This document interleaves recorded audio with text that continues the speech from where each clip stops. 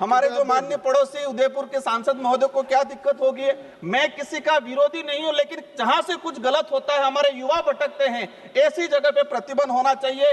उन संतों पे भी कार्रवाई होनी चाहिए जहां से अफीम गांजा का वितरण होता है। ऐसी जगह मैं सभी पे सवाल नहीं कर रहा हूं, लेकिन कुछ ऐसे हैं जो अपवाद के तौर पे, गुजरात के अंदर शराब प्रतिबंध है, लेकिन आज की तारीख में मेरा नजदीकी राज्य है, आज की तारीख में जहां पर प्रतिबंध है, गुजरात में शराब प्रतिबंध है, वहां सबसे ज्यादा शराब बिकती है। जो बोतल 500 रुपए की है वहां 1500 रुपए में बिकती है। तो इस बात पे भी हमें सोचने की जरूरत है। हमें सबको चिंतित होना है कि देश में युवा नशे के लत में जा रहा है। मेरा मूल रूप से यही चीज कहना है कि इसका असर उत्पादन करने वाली कंपनियों पे होना चाहिए, बड़े व्यापारियों पे होना चाहिए। इस बिल का असर जो गरीब किसान हैं उन पे इसका असर नहीं होना चाहिए। और देश में हमें धूम्रपान पे प्रतिबंध लगाना पड़ेगा और आदिवासी दलित पिछड़े इलाके में हमें शिक्षा को भेजने की जरूरत है। They have already spoken on this particular bill, and Minister has to reply also.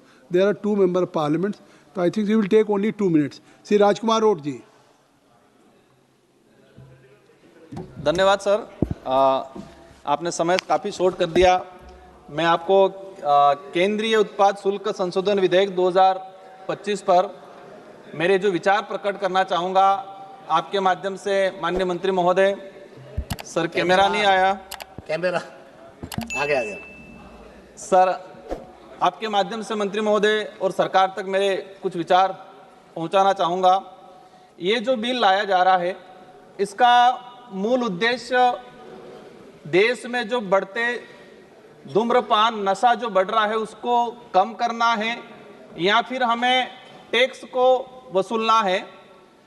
मैं अगर इस बिल के माध्यम से देश में जो नशा मुक्ति का अभियान अगर तेजी से बढ़ता है और इस पे प्रतिबंध लगता है तो अच्छी बात है, स्वागत योग्य है।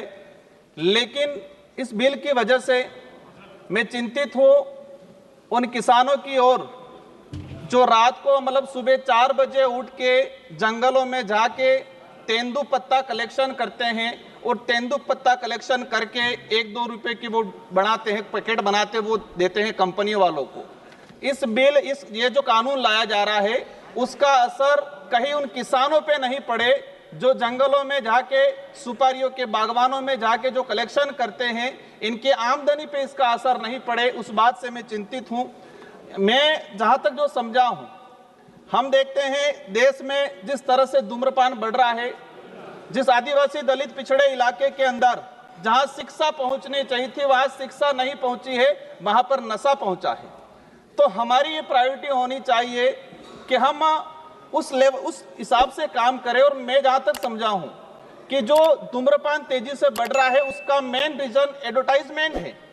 आपने विमल का जो एडवर्टाइजमेंट कई बड़े बड़े शहरों में, ग्रामीण इलाकों में वो लगे हुए हैं कि दाने दाने में केसर का दम। सलमान खान हो, मैं नाम लेना उचित नहीं समझूंगा, लेकिन 3-4 जो हीरो हैं वो कहते हैं कि दाने दाने में केसर का दम, और ये एडवर्टाइजमेंट करने के लिए उनको करोड़ों रुपया मिलता है। अब ये जो हीरो हैं ये एज आइडल बने हुए युवाओं के, और वो कहते हैं कि इसमें तो केसर का दम है। तो ऐसे एडवर्टाइजमेंट पे सरकार को प्रतिबंध लगाने की जरूरत है और ऐसे एडवर्टाइजमेंट करने वाले बॉलीवुड स्टारों पे भी कार्रवाई करने की जरूरत है। आज ट्राइबल इलाके के अंदर देखा गया है, मेरे जो जिला है डूंगरपुर और संसदीय क्षेत्र मेरा बांसवाड़ा, एक दिन के अंदर मैंने बीच में हिसाब लगाया था, एक दिन के अंदर 1 करोड़ 10 लाख के आसपास विमल का उत्पाद मतलब कहे कि बिक्री होती है।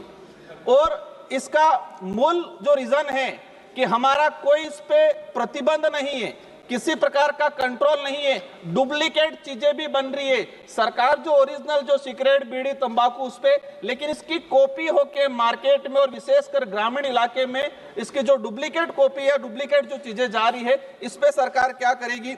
मैं जानना चाहूंगा कि व्यापारियों पर टैक्स के साथ इन जो कंपनियां जो उत्पादन कर रही है, इस टैक्स का असर उत्पादन करने वाली कंपनियों पे और जो सेलिंग करने वाले जो व्यापारी है इन पे होना चाहिए, न कि जो ग्रामीण इलाके में जो किसान हैं उन किसानों पे अगर इसका असर होता है तो हमारे लिए दुर्भाग्य की बात ये।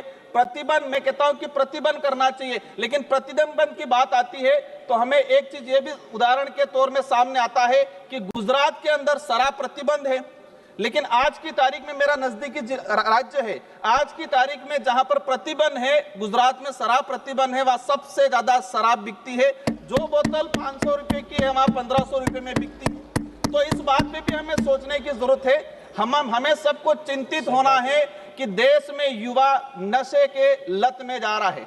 माननीय अध्यक्ष महोदय, एक बात, सभापति महोदय, एक बात और ले जाना चाहूंगा कि जो भक्ति जो मार्ग है या संत जो मार्ग है, अधिकतर संत अच्छे विचारों, अच्छे आइडियोलॉजी के हैं, लेकिन कुछ जो ऐसे संत हैं जो धर्म की आड़ में वहां पर नशा का जो, जैसे कि अफीम है, गांजा है, ऐसे कई मंठों के अंदर, कई धार्मिक स्थलों में भी इसका उत्पादन होता है, क्योंकि वो धर्म के आसपास से तुम्हारा कोई कार्रवाई भी नहीं होती है।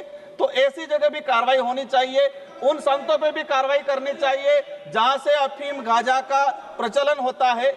मैं, हमारे जो माननीय पड़ोसी उदयपुर के सांसद महोदय को क्या दिक्कत होगी, मैं किसी का विरोधी नहीं हूं, लेकिन जहां से कुछ गलत होता है, हमारे युवा भटकते हैं, ऐसी जगह पे प्रतिबंध होना चाहिए।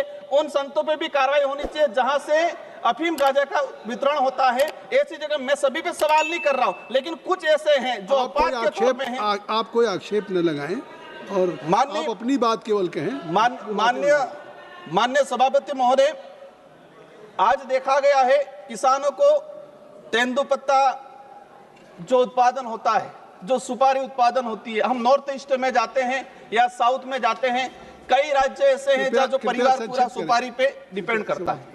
मेरा मूल रूप से यही चीज कहना है कि इसका असर उत्पादन करने वाली कंपनियों पे होना चाहिए, बड़े व्यापारियों पे होना चाहिए।